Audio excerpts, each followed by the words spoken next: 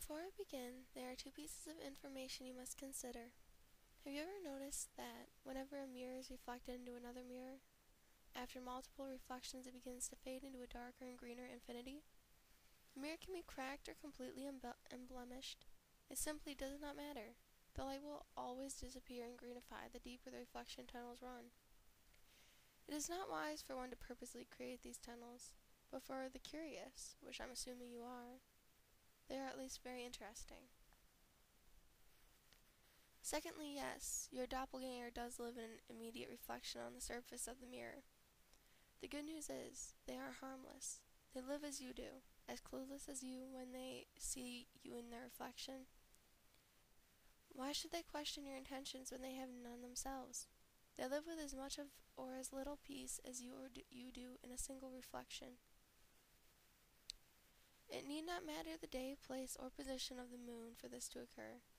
Though the darker it is, the easier for them to approach. It would also be a good idea to note the precise time at which you begin, for the reason it will be made clear later. You must have two large mirrors facing each other with roughly 1 meter between them. Stand between them and do not make a sound. In fact, the location you choose must be free from any extraneous noise. This is one of the utmost importance. They frighten easily, especially in the beginning. You must be able to see your entire reflection in the mirror you decide to face. Count as many frames as you possibly can over your reflection shoulder until the greenness and darkness swallows the last remnants of reflection. Depending on the amount of light in your location, this should take anywhere from 10 to 20 minutes. Feel free to take your time. Furthest screen from the mirror. As your eyes strain to count the last visible frame, you should notice the pale shapes emerge into the furthest green of the mirror tunnel before they retreat to their infinity again. This may just be a trick of the mind at first, but slowly you will begin to see more and more frequently. Once they begin appearing at more and more regular intervals, you may notice an uneasy expression appear on your reflection's face, although you may feel your own face at ease. Step out from between the mirrors immediately at this point, exit the room where you were in, and lock the door behind you. They have awakened. If on the second day you feel as curious as the first, you may repeat the same process as described above. It must begin at the exact same time you had started the previous day, hence having wrote it down.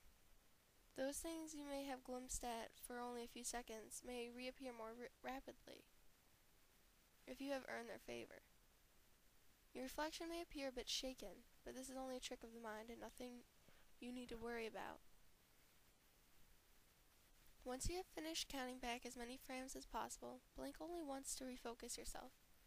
You should not close your eyes again, not that you actually could if you wanted to. You may begin to notice that they appear not only in the darkest frame of the tunnel, but now in closer frames. You can't make out anything that could be considered a face, give or take the blur that could resemble teeth.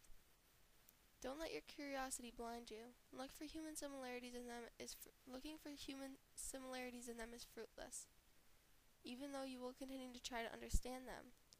If ever they appear in any frame less than 6 away from your own reflection, they have become too comfortable with you, and you with them. They have become too beautiful to ignore. You have become too focused on them to notice your own reflection pointing, warning you about the thing reaching through the mirror behind you.